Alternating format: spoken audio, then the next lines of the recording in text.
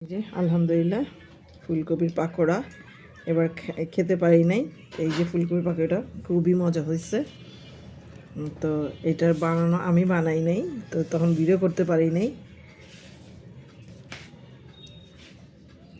আমার হাজবেন্ড তৈরি করেছে এটা, তো খুবই মজা হয়েছে। আমি আসলে জানি না যে আমার হাজবেন্ডের ভিতরে যে এত মজার গুণ আছে। আসলে আসলে কি না প্রকাশ করলে কি আর বোঝা যায় বলেন।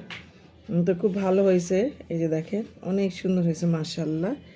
আর আমার তো কি বলবো, মানে বাসায় কোনো ভাজা পোড়া হলেই থাকে না। এই যে দেখেন পুরো এক ট্রে বানানো হয়েছে, সব খাওয়া শেষ।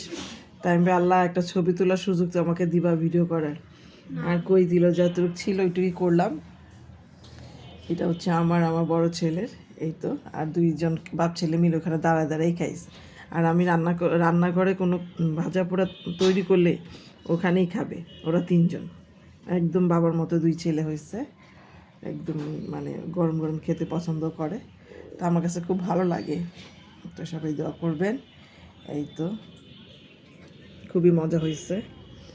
আর সবাই আরও বেশি করে দোয়া করবেন যেন আমাকে একটু হেল্প করে। এই দেখেন আমার ছোটো ছেলে বলছে আরেকটা দাও, আরেকটা দাও। আল্লাহ হাফেজ।